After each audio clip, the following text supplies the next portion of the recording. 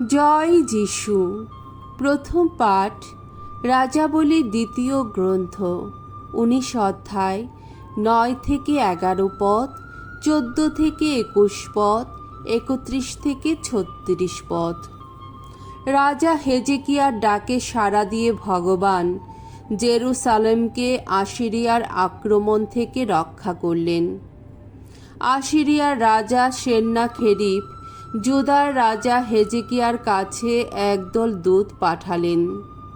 তিনি তাদের ওই কথা বলে দিলেন, জুদার রাজা হেজেকিয়াকে, তোমরা এই কথা বলবে, তোমার সেই যে দেবতার ওপর তুমি এত ভরসা করে থাকো, সেই দেবতা তোমাকে ওই যা বলেছে, জেরুসালেম আসিরিয়ার রাজার দখলে যাবে না। দেখো, তার সেই প্রতিশ্রুতিতে প্রতারিত হইও না যেন। তুমি নিশ্চয় শুনে থাকবে, আসিরিয়ার রাজারা অন্যান্য দেশের কি দশাই না ঘটিয়েছেন। তারা তো তাদের পুরোপুরি ধ্বংসই করেছেন। তবে তুমি বা রক্ষা পাবে কেমন করে? দূতদের হাত থেকে সেন্নাখেরিবের চিঠিখানা নিয়ে হেজেকিয়া তা পড়ে দেখলেন। তারপর ভগবানের মন্দিরে উঠে গিয়ে তিনি ভগবানের সামনে ওই চিঠিখানা মেলে ধরলেন। এবার তিনি ভগবানের কাছে এই প্রার্থনা জানালেন, ওই খেরুব মূর্তি দুটির ওপর অধিষ্ঠিত ওগো ভগবান, ওগো ইসরায়েলের ঈশ্বর, তুমি, শুধু তুমি তো পৃথিবীর সমস্ত রাজ্যের ঈশ্বর। তুমি আকাশ ও পৃথিবী সৃষ্টি করেছ। ওগো ভগবান, কান পেতে শুনো। ওগো ভগবান, চোখ মেলে দেখো একবার। জীবনময় ঈশ্বরকে অপমান করবার জন্যে ওই সেন্নাখেরিব কী সব বলে পাঠিয়েছে, তা শুনো একবার। ওগো ভগবান, কথাটা অবশ্য সত্য। আসিরিয়ার রাজারা ওই যত জাতিকে, ওদের দেশভূমিকে ছারখার করে দিয়েছে। ওদের যত দেবতাকে তারা আগুনে ফেলে দিয়েছে, নিশ্চিহ্নই করে দিয়েছে। কেননা ওগুলো তো দেবতা ছিল না, ছিল মানুষের হাতে গড়া জিনিস মাত্র। কাঠ আর পাথর ছাড়া তো আর কিছুই নয়। এখন তুমি কিন্তু ওগো আমাদের ঈশ্বর ভগবান, দয়া করে ওই সেন্নাখেরিবের হাত থেকে আমাদের বাঁচাও, যাতে পৃথিবীর সমস্ত রাজ্যের লোকেরা জানতে পারে যে তুমি, ওগো ভগবান, একমাত্র তুমি ঈশ্বর। আমোসের পুত্র ইসাইয়া তখন হেজেকিয়াকে বলে পাঠালেন, ইসরায়েলের ঈশ্বর স্বয়ং ভগবান এই কথা বলেছেন, আসিরিয়ার রাজা সেন্নাখেরিবের সম্বন্ধে আমার কাছে তুমি যে প্রার্থনা জানিয়েছ, তাতে আমি সাড়া দিয়েছি। শুনো, তার সম্বন্ধে ভগবান এই কথা বলেছেন, সিয়নের ওই যে কুমারী কন্যা, সে তোমায় উপহাস করে, অবজ্ঞার চোখেই দেখে। ওই যে জেরুসালেম কন্যাটি, সে তো পেছন থেকে মাথা নেড়ে বিদ্রূপ করে তোমায়। হ্যাঁ, জেরুসালেম থেকে একদিন বেরিয়ে আসবে অবশিষ্ট একদল মানুষ। সিয়ন থেকে বেরিয়ে আসবে সেই মানুষের দল। প্রাণে বেঁচে গেছে যারা, বিশ্বপতি ভগবান আমাদের একান্ত ভালোবাসেন বলেই তো এমনটি ঘটাবেন। তাই আসিরিয়ার রাজার সম্বন্ধে ভগবান এই কথা বলেছেন, না, সে কোনো দিনও এই শহরে পা দিতে পারবে না। এই শহর লক্ষ্য করে তীর ছুটতেও পারবে না। হাতে ঢাল নিয়ে শহরের দিকে এগিয়ে আসতেও পারবে না। আক্রমণের জন্যে অবরোধের বাঁধ গড়ে তুলতেও পারবে না।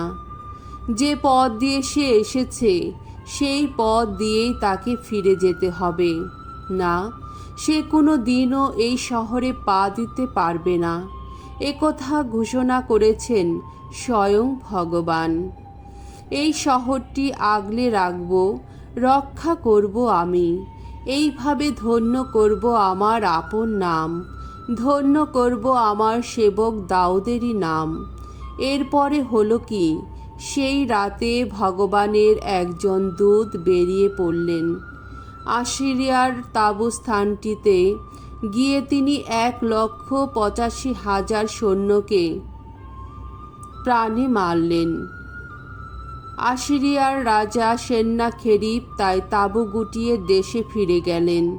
এরপর থেকে তিনি নিনিভে নগরেই রইলেন। প্রভুর বাণী। ঈশ্বরকে ধন্যবাদ।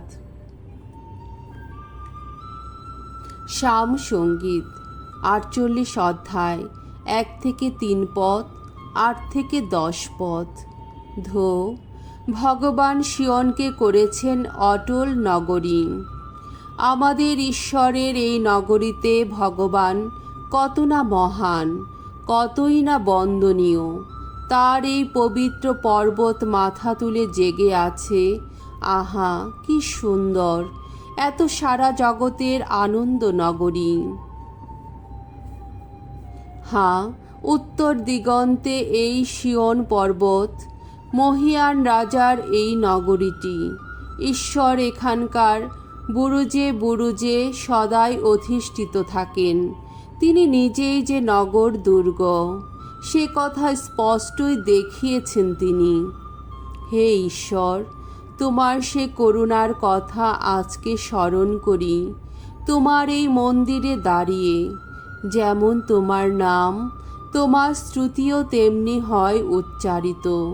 ওগো ঈশ্বর, এই পৃথিবীর শেষ প্রান্ত দেশে। বাণী বন্দনা। জয় জয় প্রভুর জয়। আমি জগতের আলো, যে আমায় করে অনুসরণ, সেই পাবে জীবনের আলো। জয় জয় প্রভুর জয়। মঙ্গল সমাচার। মথি রচিত মঙ্গল সমাচার 7 অধ্যায়, 6 পদ, 12 থেকে 14 পদ। অন্যের কাছ থেকে তোমরা যেমন ব্যবহার আশা করো, তার প্রতিও তোমরা সব কিছুতে তেমনি ব্যবহারই করো। যিশু একদিন তার শিষ্যদের বললেন, যা পবিত্র তা কুকুরের মুখে তুলে দিও না। শুয়োরের সামনে তোমাদের মণিমুক্ত ছড়িয়েও দিও না, পাছে তারা পা দিয়ে তা মারিয়ে যায়। তারপর তোমাদের দিকে ফিরে এসে তোমাদের ছিঁড়ে টুকরো টুকরো করে ফেলে। অন্যের কাছ থেকে তোমরা যেমন ব্যবহার আশা করো, তার প্রতিও তোমরা সব কিছুতে তেমনই ব্যবহারই করো। এই তো মসির বিধান ও প্রবক্তাদের বাণীর মূল কথা। তোমরা সরু দরজা দিয়েই ভেতরে যাও, কেননা যে দরজা, যে পথ মানুষকে ধ্বংসের দিকে নিয়ে যায়, সেই দরজা যে চওড়া, সেই পথ যে প্রশস্ত। আর অনেকেই তো সেই পথে পাও বাড়ায়, কিন্তু কত সরু সেই দরজা, কতই না সংকীর্ণ সেই পথ, যা মানুষকে নিয়ে যায় মহাজীবনের দিকে। আর অল্প লোকিত সেই পথের সন্ধান পায়। প্রভুর মঙ্গলময় বাণী। খ্রিস্ট প্রভু তোমার প্রশংসা হোক।